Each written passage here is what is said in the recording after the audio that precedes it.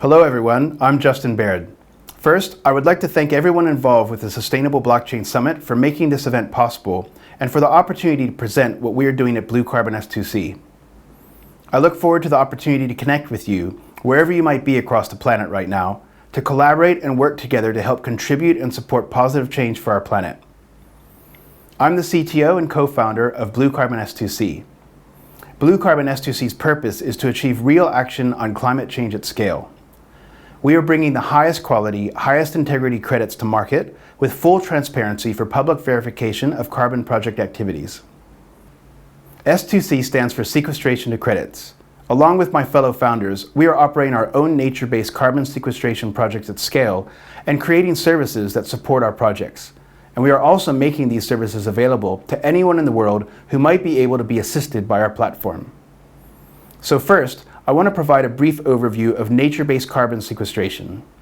There are three different types of project classifications at the top level: green carbon, blue carbon, and teal carbon. Green carbon refers to carbon that is contained in living vegetation and soils and forest ecosystems, as well as in agricultural soils. Blue carbon is carbon stored in coastal and marine ecosystems such as mangroves, tidal marshes, and seagrass meadows. And teal carbon refers to carbon stored in freshwater ecosystems, including rivers and lakes. And so at Blue Carbon S2C, we're focused on, well, you guessed it, blue carbon projects. Why? It's because salt marshes, seagrasses, and mangroves are best at carbon burial. They produce the most durable nature-based carbon credits, and additionally, they restore ecosystems in the process, nurturing land and marine biodiversity.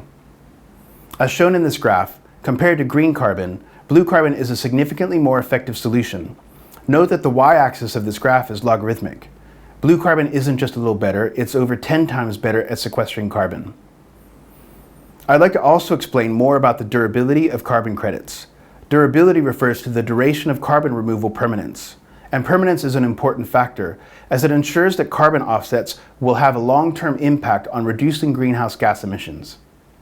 Though blue carbon ecosystems cover far less land area than terrestrial forests, they are carbon sequestering powerhouses. Mangroves can store up to 10 times more carbon per acre than land-based forests.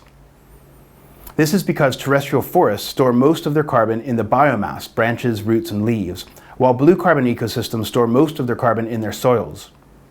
Also, wet coastal soils have much lower oxygen levels than those on the forest floor, which causes dead plant matter to take a long time to decay.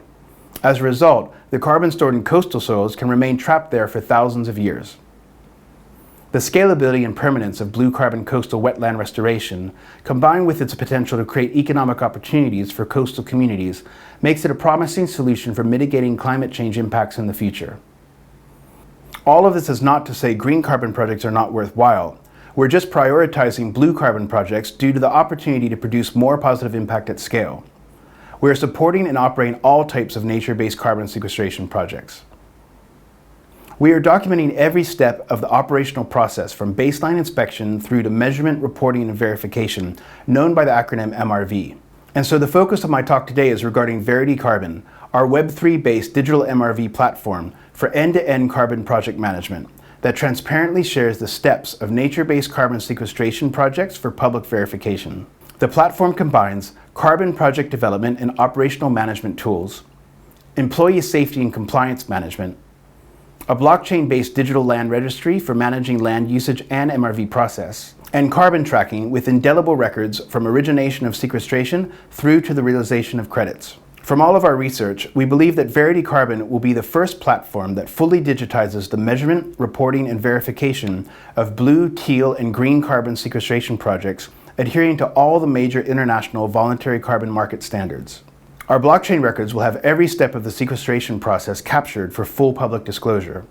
The platform is implemented using the Polygon blockchain and Filecoin service CO2.storage as our provider for IPFS, Interplanetary File System nodes. Driving a bit more into the platform details.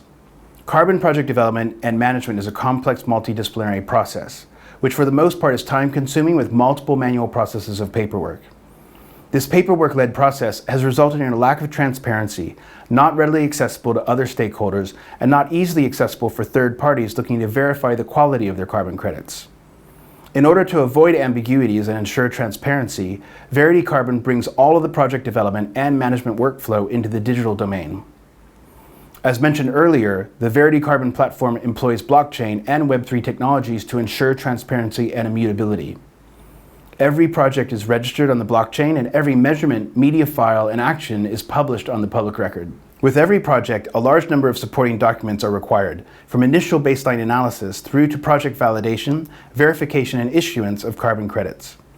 Blockchain does not store files directly, so instead we employ the Web3 technology IPFS. So when a file is added to IPFS, it is split into smaller chunks, cryptographically hashed, and given a unique fingerprint called a content identifier. This fingerprint acts as a permanent record of the file as it exists at this point in time. If a new version of the file is submitted to IPFS, its cryptographic hash is different, and so it gets a new fingerprint. This means files stored on IPFS are resistant to tampering and censorship. Any changes to a file do not overwrite the original. When a user requests a file using the proper credentials, IPFS queries the node network and recombines the hash chunks back into the original file.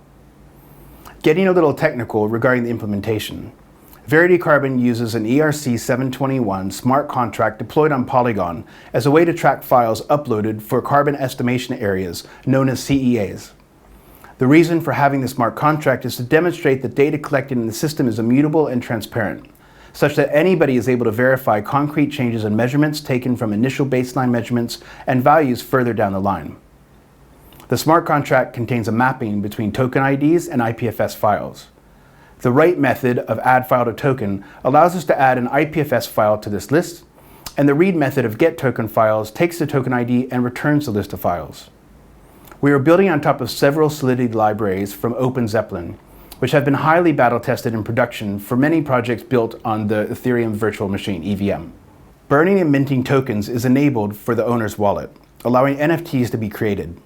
We mint an NFT for every CEA, and all measurements, reports, and verification IPFS files for that CEA are associated with that NFT.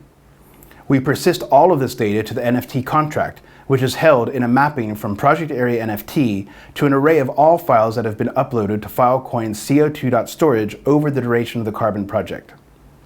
Additionally, we're using the ERC-721 enumerable extension from OpenZeppelin, which is useful for fetching all tokens belonging to a particular wallet. While this is not strictly necessary, we're implementing this feature as a common operation to track which tokens are owned by which wallets. Now, speaking less technically, this means that projects from any project owner, be it Blue Carbon S2C or any project owner using the platform, can be reviewed by any interested stakeholder. For example, an independent project auditor, a government regulator, or a prospective buyer of carbon credits. We make this even easier for anyone to see by exposing a portal to project data from our website, which we can also configure for specific users like independent carbon project auditors and government regulators. In summary, this implementation using Polygon and Filecoin delivers fully indelible, immutable, publicly verifiable records to anyone at any time, anywhere in the world. I wanted to also discuss the sustainability of our implementation, since blockchain and associated Web3 technologies are often cited to be massive consumers of computing power and electricity. Since 2017, the International Emissions Trading Association has tracked digital innovations that could improve the performance of carbon markets, and they've been developing a set of recommendations for guiding principles, one of which is sustainability. Any digital technology deployed must be truly sustainable.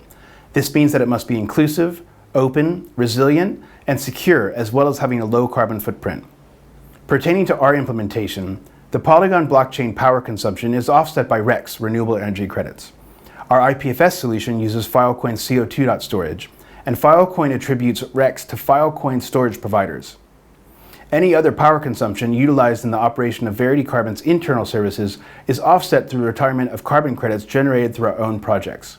Thus, the Verity Carbon digital MRV solution is net neutral from end to end at scale. There are many additional benefits coming from carbon sequestration projects, which are called co-benefits. The three major co-benefits are cultural, socioeconomic, and environmental.